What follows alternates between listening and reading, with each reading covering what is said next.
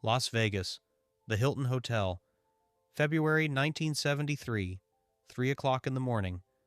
The air in the 30th floor penthouse was so thick you could cut it with a knife, yet no one dared to even take a breath. It smelled of expensive tobacco, hairspray, and fear. That cold, sticky fear that usually precedes a gunshot. Red West, Elvis Presley's head of security, was slowly, millimeter by millimeter, sliding the flap of his jacket back. His fingers had already brushed the ribbed grip of a .38 caliber revolver. He wasn't just nervous. He was ready to kill the man standing in the center of the room. And this wasn't some drunk fan who had broken through the cordon. It was Muhammad Ali. You think you know the story. You've seen the photos where they're hugging. Forget it. Photos lie. The second Ali crossed the threshold of the King of Rock and Roll's inner sanctum, no one was thinking about friendship. It was an invasion. Ali didn't enter alone. Looming behind him was his own entourage, grim men from the Nation of Islam, who looked at Elvis's white guards like targets at a shooting range. But the scariest thing wasn't Ali's gaze or his men. The scariest thing was what he held in his left hand. Ask yourself honestly, if the most dangerous fighter on the planet approached the person you are sworn to protect, with your life, clutching a strange, heavy object wrapped in dark velvet, what would you do? Red West saw only one thing in that bundle, a threat. It could be a gun, brass knuckles, or something worse. Ali hadn't shown the contents at the entrance. He simply walked through security as if they were ghosts. His charisma worked like hypnosis, but now, in a closed room, the hypnosis was beginning to fade, giving way to the animal instinct of self-preservation. Elvis sat on the sofa, dressed in his signature white suit with the high collar. He looked tired, his eyes hidden behind tinted glasses, but even through them you could see his pupils dilate. He was used to people falling at his feet. He was used to being the only alpha male in the room, but Ali didn't fall. He began to circle. Slowly, clockwise, the boxer prowled around the sofa where the king sat, like a shark studying its prey before an attack. The silence became deafening. The only sounds were the squeak of Ali's leather shoes on the carpet pile and the hum of the air conditioner, unsuccessfully trying to cool this volcano of passions. Every movement Ali made was a provocation. He wasn't smiling that famous smile the cameras loved. His face was stone, focused. He was muttering something under his breath. Rhythmic, harsh, sounding like a prayer or a curse. Elvis's security, the famous Memphis Mafia, was tense to the limit. These were simple boys from the South, amateur karatekas, for whom Ali was the embodiment of everything alien and hostile. They were waiting for a signal. One sudden move, one wrong gesture from the boxer, and the room would turn into a slaughterhouse. Red West took the safety off his gun. The click was barely audible, but in that deathly silence, it sounded like a clap of thunder. Ali stopped, directly opposite Elvis. The distance, less than a meter. This was a violation of all security protocols. This was the kill zone. Ali towered over the seated Presley, casting a long shadow over him. It seemed he was about to start a lecture or simply strike. But he did something no one expected. He leaned forward sharply, closing the distance to something intimate, something dangerous. His face was centimeters from Elvis's face. The guards jerked forward but froze, paralyzed by the strangeness of the moment. Ali whispered something no one heard, and then his right hand darted toward that velvet bundle in his left hand. Time seemed to stop. A single thought raced through Red West's mind. I won't make it. He saw the fabric begin to slide off the object. He saw the glint of something gold under the velvet. Gold metal. A weapon. Explosives? His brain constructed the most gruesome scenarios. It was a classic moment where history balances on a razor's edge. We are used to thinking that great events happen to the sound of fanfares, but in reality, they happen like this, in stuffy rooms where sweating men with guns misinterpret each other's gestures. Ali yanked the cloth. Red began to draw the revolver from its holster. Elvis seemed to stop breathing. No one in that room knew if in a split second the world would collapse or explode with laughter. But for now, the finger pressed harder on the trigger, and the golden shine under the fabric grew brighter, blinding everyone with its deadly mystery. The velvet cloth hit the floor with a dull, heavy sound, like a falling body, but the flash of gold that blinded those present didn't come from the barrel of a gun. It was leather, 2 boxing gloves, pure gold leaf covering a tool of destruction. You'd think the room would exhale at this moment. Red West should have taken his finger off the trigger, and the Memphis Mafia should have relaxed their shoulders. After all, it's a gift, right? A gesture of respect from one king to another. But no one had time to exhale, because Ali didn't step back after presenting the gift. He took a step forward.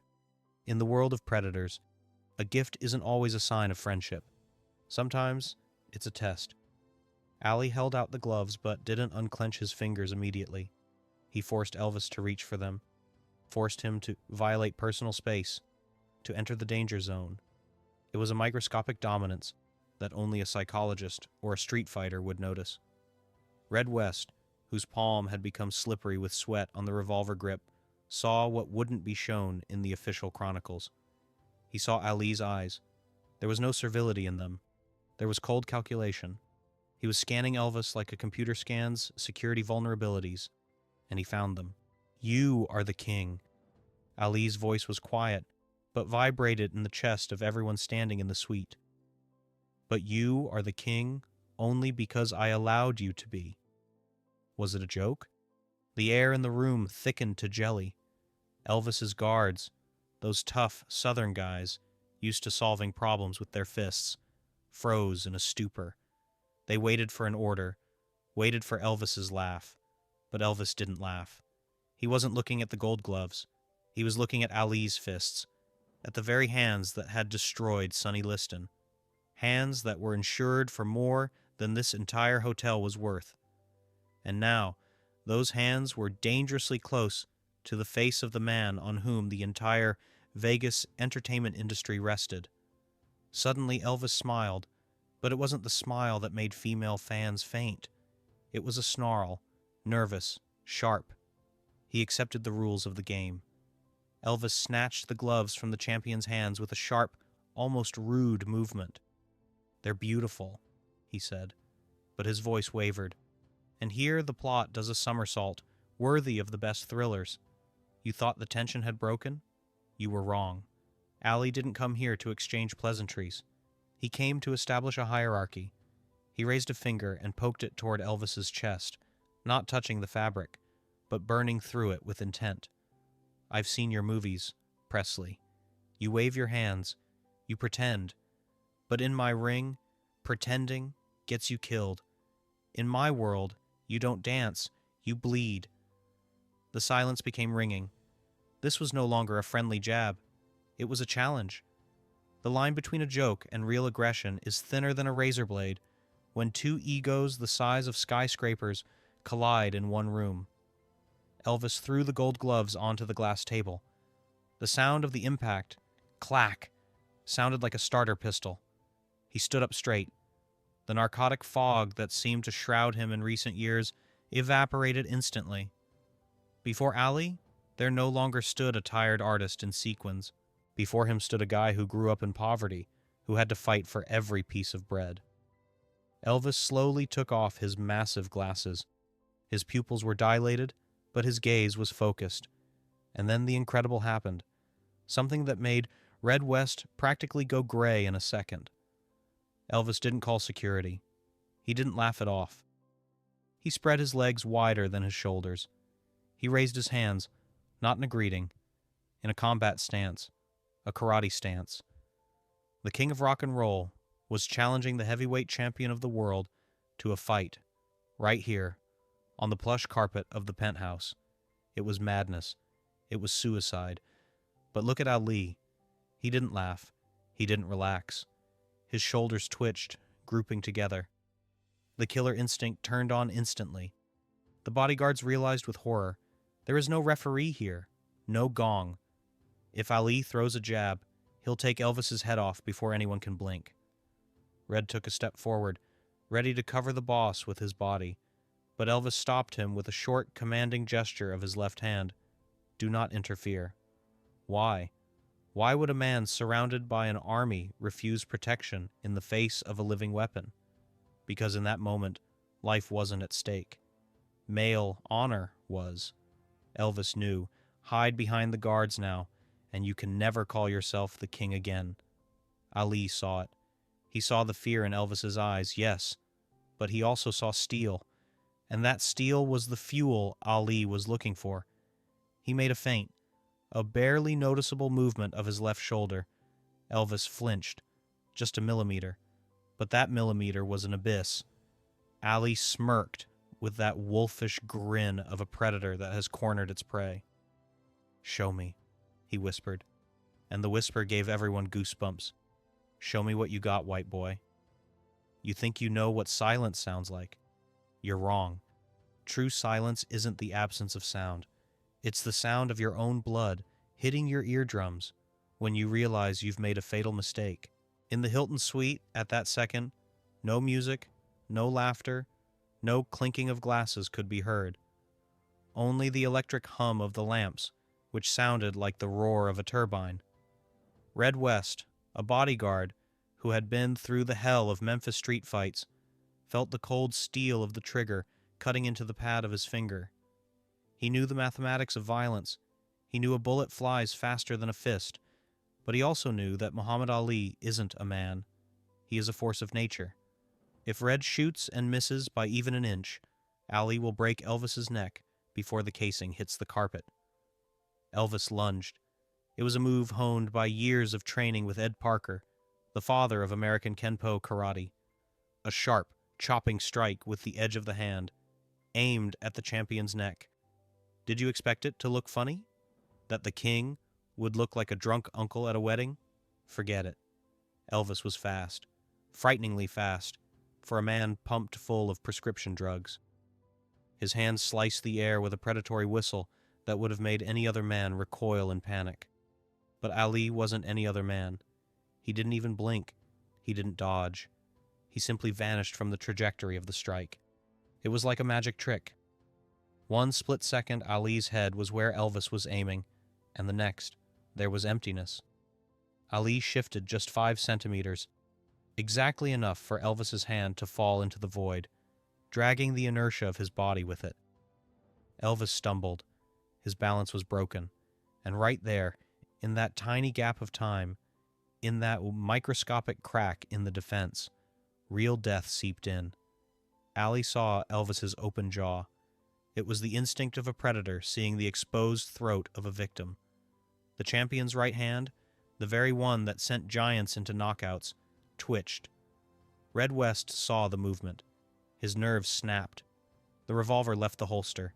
Metal flashed in the chandelier light like lightning predicting a storm. But Ali saw that too. His eyes darted from Elvis's face to the gun barrel and back. Time stretched, turning into viscous tar. What goes on in the mind of a man who realizes he is about to be killed? Fear? Panic? No. In Ali's eyes, something else flared up. Excitement. A mad, suicidal excitement. He didn't retreat. He stepped toward Elvis, entering a clinch, blocking the line of fire with his body. Now, if Red fired, he risked hitting his boss. It was checkmate. Ali used Elvis as a human shield against his own security. The situation flipped upside down so fast the brain refused to process it.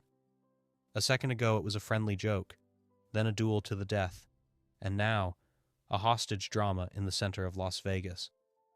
Elvis, finding himself right up against Ali, froze. He felt the heat radiating from the boxer's body. He smelled his sweat, the smell of hard work and absolute confidence. Ali leaned close to Elvis's ear. The guards froze, fingers turning white on their weapon grips.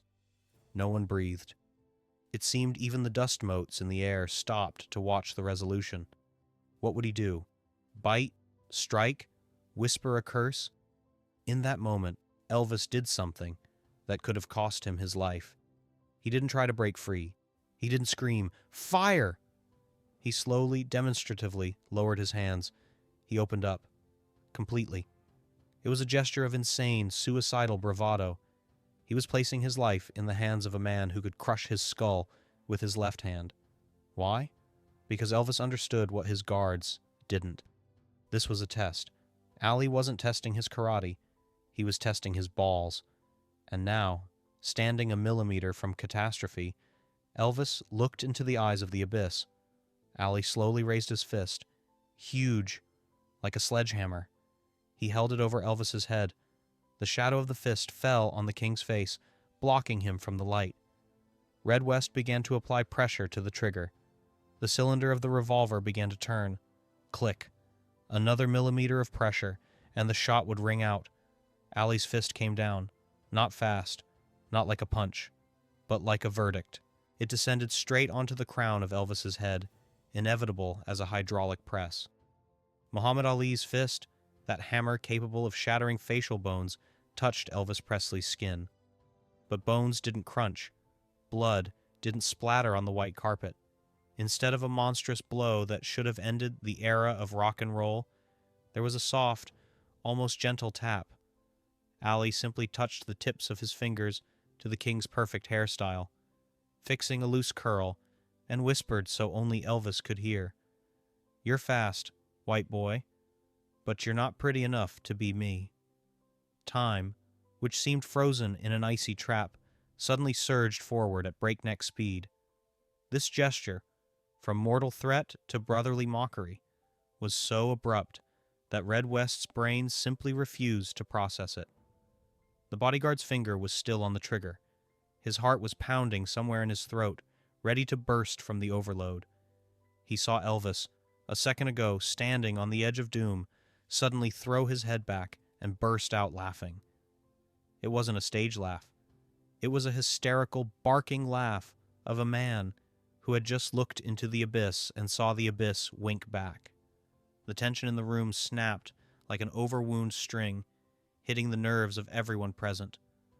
Ali stepped back, spreading his arms wide, and his face, radiating the threat of a killer a minute ago, lit up with that $1,000,000 boyish smile. "Did you see that?" he yelled, turning to the stunned security. "He almost got me.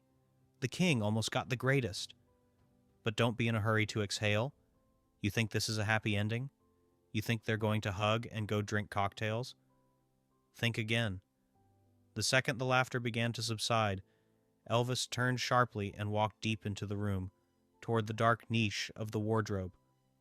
His movements became jerky and unpredictable again. The smile vanished from his face as suddenly as it had appeared. Red West tensed up again. What is he doing? Why did he turn his back on Ali? In the world of paranoia Elvis lived in, retreating into the shadows meant only one thing. He was going for a weapon. Everyone knew. Presley kept loaded guns everywhere. Under pillows, in toilet tanks, behind books. Ali stopped smiling. He watched Elvis's every step. The air became electrified again. Was this just a pause before the real storm? Did the king's offended ego demand revenge, not with fists, but with lead? Elvis disappeared into the darkness of the wardrobe. Rustling could be heard, the sound of heavy fabric, or a holster. Ali stood motionless, ready to bolt for the exit or attack at any second. The seconds dragged on agonizingly, and then Elvis came out. There was no gun in his hands. In his hands shone something resembling the mantle of a Byzantine emperor. It was a robe, but not just a robe. It was a masterpiece, embroidered with thousands of precious stones, heavy, blinding, costing as much as a nice house. That dagger, that detail that was supposed to go off in the finale, turned out not to be a weapon, but a symbol of power. Elvis approached Ali. He looked small next to the giant boxer, but a strange, fanatical fire burned in his eyes. "You said you're the greatest," Elvis said quietly, his voice trembling with suppressed emotion. "But the world knows only one king, and the king gives gifts." He threw this heavy, gold-embroidered robe over Ali's shoulders. It was a moment of coronation. Two gods descended to earth recognized each other. Ali, who never bowed his head to anyone, looked at the robe, then at Elvis. Something flickered in his eyes, something like pity, or deep understanding. He didn't see the sparkle of the stones. He saw the weight pressing on this man's shoulders. "People love you, Elvis," Ali said, running his hand over the gems. "But they love you while you sing. And when the music stops, who is left?" This question hung in the air heavier than any punch. Elvis didn't answer. He just watched as Ali wrapped the robe around himself, turning into a veritable mountain of gold and light. In that moment, the plots merged. Boxing gloves on the table and a royal robe on the fighter's shoulders. An exchange of armor. They both understood they were in the same cage. The bars were just made of different grades of gold. The guards finally lowered their weapons. They realized they were witnessing something that couldn't be documented in a police report. It was a moment of truth where masks were torn off, but beneath them were not faces, but scars from the endless battle for the crowd's love. And this very robe, this gesture of generosity, would become the cursed artifact Ali would wear to his next fight. A fight he would lose. As if Elvis had passed to him, along with the gold, a part of his curse, the curse of falling from the summit. The heavy oak door of the suite slammed shut behind Muhammad Ali, cutting off the noise of the corridor, but the room didn't get any quieter. On the contrary, the silence that covered Elvis Presley was deafening, like the vacuum after an explosion. You think the story ended with a handshake? That two idols parted ways, pleased with each other? You are naive. The real tragedy began the very second the lock clicked. Elvis was left alone. He stood in the middle of the huge penthouse, clutching the gold gloves that still held the warmth of Ali's hands, and in his eyes froze a silent question he would search for the answer to until the very end. Why, having all the gold in the world, did he feel like a beggar next to a man who just moments ago had nothing but audacity? Look at the scene more closely. On the table lie gloves with the inscription, "You are the greatest," and on the shoulders of the departing Ali, Elvis's imperial robe. It seems like a fair exchange, but history is a cruel screenwriter, and it prepared a plot twist that makes the blood run cold. That very robe, embroidered with gems, which Elvis took off his own shoulder, became a curse. Ali, who never believed in omens, wore that robe to his next fight in San Diego against Ken Norton. He entered the ring like a king, shining in the spotlight beams, but that shine blinded him. The robe turned out to be too heavy, not physically, but mentally. In that fight, Ali didn't just lose. His jaw was broken. The greatest, who teased Elvis about his fake karate, ended up in the hospital with a shattered bone, unable to utter a word. Coincidence? Or did Elvis, without knowing it, pass along with the robe a part of his heavy, destructive karma that broke people under the weight of fame? But let's go back to that night in Vegas, because that's where the key to the riddle was hidden. Elvis walked to the window. Below shone the neon city of sins, the city he built, and which became his prison. He remembered Ali's last words spoken at the door. Not the loud phrases for the press, but the quiet whisper only he heard. "You are the king of the stage, Elvis, but I am the king of my life. I serve no one." This phrase pierced Presley's brain like a shard of a mirror. He realized that Ali, for all his scandalousness, was free. He could refuse the Vietnam War, could change his name, could lose his title, and win it back. And Elvis? Elvis couldn't even go out for a hamburger without the permission of his manager, Colonel Parker. That night, looking at the gold gloves, Elvis realized the terrible truth. He isn't the king. He is a golden canary in the world's most expensive cage. Only 4 years passed. Elvis Presley would be found dead on the bathroom floor at Graceland. His heart, unable to withstand the loneliness and the chemicals, would stop. And Muhammad Ali? He would live a long life, battling Parkinson's disease, but his spirit would remain unbreakable until his last breath.